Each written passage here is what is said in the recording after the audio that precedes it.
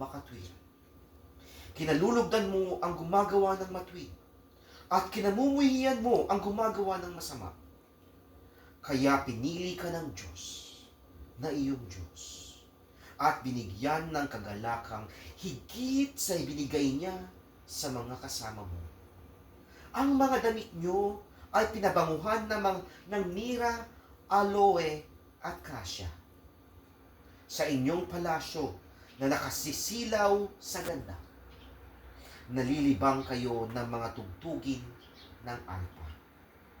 Ang ilan sa inyong mga kagalang-galang na babae ay mga prinsesa, at sa inyong kanan ay nakatayo ang reyna, na nakasuot ng mga alahas na purong ginto mula sa Ophir.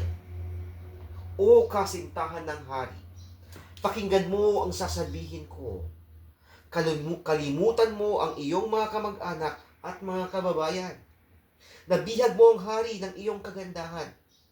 Siya'y iyong amo na dapat igalang. Ang mga taga-Tyre ay magdadala sa iyo ng kaloob.